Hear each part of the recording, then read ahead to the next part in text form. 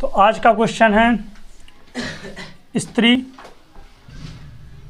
पुरुष का अनुपात।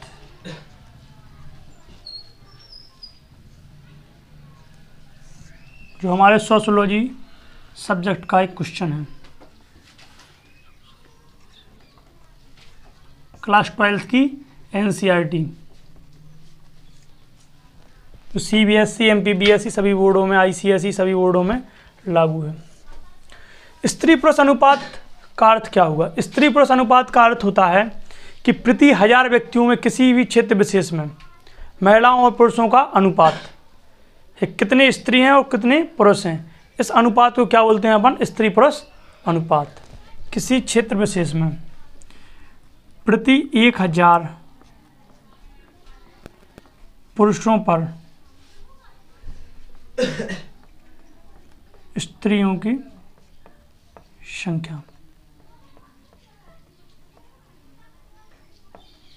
जैसे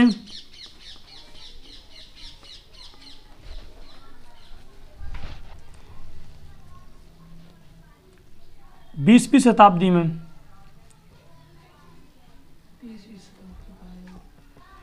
में 1000 पुरुषों पर 940 स्त्रियां थीं। तो यह क्या है? स्त्री पुरुष का अनुपात का एक आंकड़ा है। क्वेश्चन का दूसरा जो पॉइंट है वो बोलता है कि क्या इसके क्या निहितार्थ हैं कि आज भी अपन देखते हैं कि आज भी माता पिता में बेटियों की तरह जो विचारधारा है वो ये है कि वो मतलब बेटियां किसी भी काम की नहीं हैं और जो लड़के हैं उनको आना आवश्यक है और वो वंश बढ़ाएंगे वगैरह वगैरह क्वेश्चंस हैं जो आज भी व्याप्त हैं। तो क्वेश्चन का दूसरा पार्ट बोलता है कि एक गिरते हुए स्त्री पुरुष अनुपात के क्या निहितार्थ हैं। मतलब कि जो आपका स्त्री पुरुष अनुपात है वो आज गिर रहा है, तो इसका क्या अर्थ है? तो हाँ, वास्तविकता में ये आज गिर रहा है।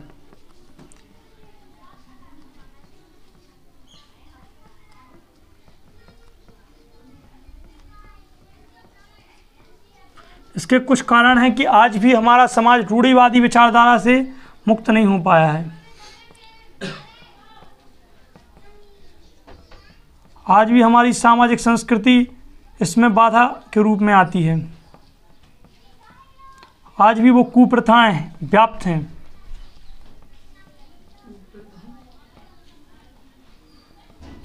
जो लड़के के जन्म को अधिक महत्व देती हैं और लड़की के जन्म को कम महत्व देती हैं। क्वेश्चन का तीसरा पॉइंट कहता है, क्या आप यह महसूस करते हैं कि माता पिता आज ही बेटियों की बजाय बेटों को अधिक पसंद करते हैं? तो इसका भी अर्थ यही है कि क्या आज के जो माता पिता हैं वो भी यह महसूस करते हैं कि बेटियों की बजाय बेटे अधिक महत्वशील हैं? तो हाँ, यह बात सत्य है। आज भी यह मान्यता हमने अपने समाज में देखी है, भारतीय समाज में देखी है कि जब तक लड़का पैदा नहीं हो जाता है तब तक लड़कियां कितने भी हो जाएं तो हो जाएं, परंतु उनका पहला मतलब यही होता है कि लड़का होना चाहिए। और जिसका भी लड़का हो जाता है वो कोशिश करता है कि लड़की ना हो। लड़कियों को आज भी हमारे समाज में बोझ माना जाता है। परंतु जो आज का समय है, आज का समय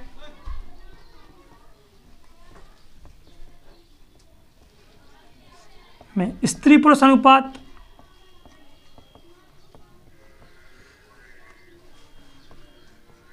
में एक व्यापक सुधार हुआ है।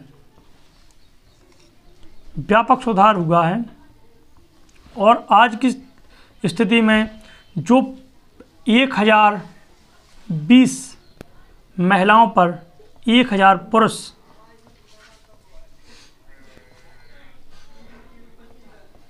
हैं, तो यह हमारे समाज में एक बहुत ही विकासशील कार्य हुआ है जो 2021-22 के संदर्भ में देखा जा सकता है। यह रिपोर्ट 2021 और 22 की है कि 1020 स्त्रियों पर 1000 पुरुषों की संख्या हो गई है, जो हमारे समाज के लिए एक बहुत ही अच्छा एक कार्य माना जा सकता है कि इतना अच्छा कार्य हुआ है कि आज हमारा स्त्री पुरुष अनुपात जो पहले नीचे हो रहा था वो आज बढ़ रहा है।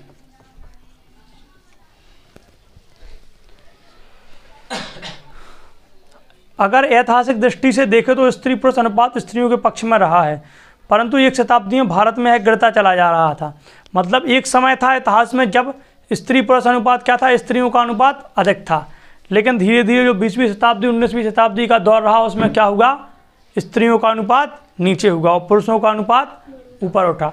और वही 2021 से 2020 के समय में क्या हुआ, पुनः वही ऐतिहासिक दृष्टि आई और पुनः स्त्रियों का अनुपात बढ़ा और पुरुषों का अनुपात नीचे हुआ। 2011 में 20वीं शताब्दी की शुरुआत में 1000 पर 972, मतलब 1000 जो 20वीं शताब्दी की शुरुआत थी उसमें 1000 पर 940 थी, ठीक है। और 2011 में 1000 और 940 हो गया, गिरता गया, यह अनुपात धीरे धीरे गिरता चला गया। लेकिन जो 2021-22 की रिपोर्ट है वो ये है कि पुनः स्त्रियों का अनुपात बढ़ा है।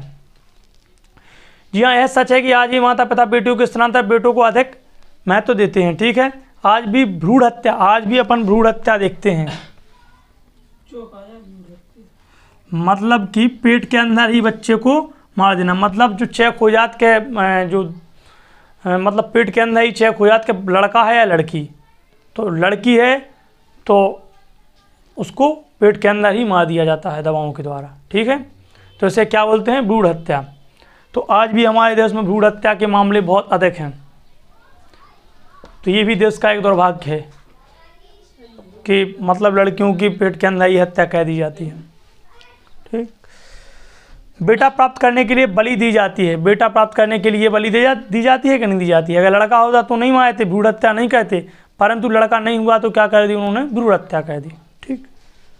तरह तरह के प्रयास किए जाते हैं ताकि बेटा प्राप्त किया जा सके, तरह तरह के प्रयास किए जाते हैं। कोई देवता के पास जाके मतलब पूजा वगैरह दुनिया की चीज़ें कहते हैं कि बेटा प्राप्त हो, लड़का प्राप्त हो, लड़की प्राप्त ना हो, ठीक। यहाँ महत्वपूर्ण बात है कि इस बात का निर्धनता से कम संबंध होता है, बल्कि इसका अधिक संबंध तो सामाजिक कारकों के साथ होता है। कुछ लोग बोलते हैं कि लड़की का आना क्या है, निर्धनता का आना है, लेकिन इसका संबंध निर्धनता से कम और सामाजिक संस्कृति से कम, क्योंकि हमारी जो समाज की संस्कृति है वह क्या बोलती है कि लड़का होना आवश्यक है, क्योंकि वंश तभी बढ़ेगा जब लड़का होगा, ठीक है। क्वेश्चन का जो तीसरा पार्ट है उसमें बोला गया है कि आपकी इस राय में पसंद के क्या कारण हैं, आपकी इस राय में पसंद के क्या कारण हो सकते हैं, ठीक है। तो मेरी राय में वर्तमान यह धारणा कमज़ोर पड़ती जा रही है, फिर भी जो ये धारणा है कि माता पिता लड़कियों को अधिक महत्व देते हैं लड़कों की बजाय, तो इसमें के बारे में हमारी क्या धारणा है, आपकी क्या धारणा है, इसके बारे में हमें समझना है। तो हमारी धारणा यह है कि बेटियों के स्थान पर बेटों को प्राथमिकता दी जाती है। इसके निम्न कारण हो सकते हैं। क्या कारण हो सकते हैं, वो कारण इस प्रकार हैं। ऐसा माना जाता है कि केवल बेटा ही अपने माता पिता की अंत्येष्टि तथा उससे संबंधित रीति रिवाजों को करने का हकदार है। केवल बेटा ही परिवार का वारिस होता है। माना जाता है कि बेटे के बिना वंश नहीं चल सकता। वंश, फर्स्ट चीज़ क्या है अपनी, वंश। और जो माता पिता का अंत्येष्टि मतलब कि अंतिम संस्कार के जो कार्य हैं वो केवल बेटा ही कर सकता है, ठीक है। नंबर 2, भारतीय समाज का प्रमुख पेशा कृषि है। भारतीय समाज का एक प्रमुख पेशा क्या है, कृषि है। ग्रामीणों का ऐसा मानना है कि कृषि की संपत्ति लड़कियों को नहीं दी जा सकती। जो कृषि की संपत्ति होती है, जो ज़मीन होती है, वो किसे नहीं दी सकती है, लड़कियों को। हमने देखा है चाहे लड़की के लिए चाहे ससुराल हो या मायका हो, दोनों जगह क्या होता है, जगह दोनों जगह उसे नहीं मिलती है। दोनों जगह का हिस्सा ही पुरुषों के हाथ में जाता है, क्योंकि हमारा समाज आज भी पुरुष प्रधान समाज है, ठीक है। नहीं दी सकती, क्योंकि शादी के बाद वे दूसरे गांव, शहर या नगर में चली जाएंगी। ना तो लड़कियों उनके घर का बोझ ढो सकती हैं और ना ही कृषि की देखभाल ही कर सकती हैं, ठीक है। कृषि वगैरह का कार्य नहीं दिया जा सकता। उनका मानना होता है कि ये काम नहीं कर सकती हैं, बल्कि आज के मॉडर्न युग में देखा गया है कि महिलाएं पुरुषों से कई मायने में बहुत ऊंचाई पर उठती जा रही हैं और पुरुष नीचे होते जा रहे हैं महिलाओं की स्थिति में। और कृषि के क्षेत्र में भी वो आगे आई हैं और कई कार्य ऐसे किए हैं कि जो सम्माननीय हैं। इसको कई लोग यह सोचते हैं कि अगर लड़की हुई तो विवाह के समय बहुत सा दहेज देना पड़ेगा। सबसे बड़ा पॉइंट है दहेज।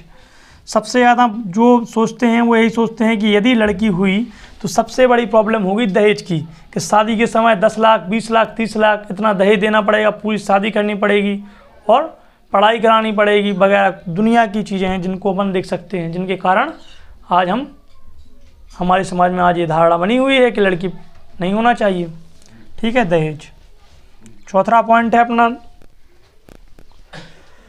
चौथा कोई पॉइंट नहीं है, और लड़के को पसंद कहते हैं और लड़की को पसंद नहीं कहते हैं। तो हमारी ये रही स्त्री पुरुष का अनुपात। स्त्री पुरुष का अनुपात अपन समझ चुके हैं कि प्रति 1000 पुरुषों पर महिलाओं की संख्या, और 20वीं शताब्दी में 1000 पुरुषों पर 940 स्त्री रही। 2011 में यह आंकड़ा रहा जो गिरता गया स्त्री पुरुष अनुपात। ऐतिहासिक दृष्टि में जो पुराना समय था उस समय में क्या था, स्त्री पुरुष अनुपात अधिक था, और 2021-22 की जो रिपोर्ट आई उसमें भी स्त्री पुरुष अनुपात बढ़ा है, और स्त्रियों की संख्या 1020 हो गई है और पुरुषों की संख्या 1000 है। तो और इसकी जो भ्रूण हत्याएँ हैं, निर्धनता इन और सामाजिक सांस्कृतिक कारणों के कारण क्या हो रहा है कि आज भी हमारे माता पिता के मन में ये धारणा बनी हुई है कि लड़की का जन्म गलत है और लड़के का जन्म सही है। और क्यों है, इसके कुछ कारण हमारे समाज में आज व्याप्त हैं। कारण कुछ इस प्रकार हैं कि वंश अंत्योष्टि, और जो बेटे का जन्म है केवल वही अंत्योष्टि कर सकता है, वही वंश को आगे बढ़ा सकता है, महिलाएं ऐसा नहीं कर सकती हैं। ये समाज में एक धारणा है। इस कारण से आज भी लड़के को जन्म को गलत माना जाता है, वो लड़की के जन्म को गलत माना जाता है और लड़के को जन्म को सही माना जाता है। दूसरा पॉइंट हमारा कृषि।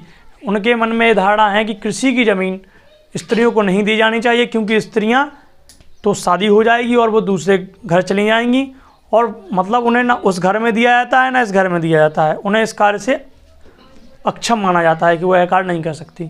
तीसरा पॉइंट है दहेज। सबसे बड़ा पॉइंट है दहेज। मतलब कि जो माता पिता होते हैं उनके मन में सबसे प्रमुख कारण ये रहता है कि यदि लड़की हुई तो दहेज की व्यवस्था कहाँ से करेंगे। दहेज के लिए 20-30 लाख रुपए चाहिए, और खर्चे शादी के तमाम खर्चे होते हैं जिनको देखकर वो लड़के को ज़्यादा प्रायोरिटी देते हैं और लड़की को प्रायोरिटी कम देते हैं। तो ये उसके कारण हैं और ये पूरा क्वेश्चन का आंसर है।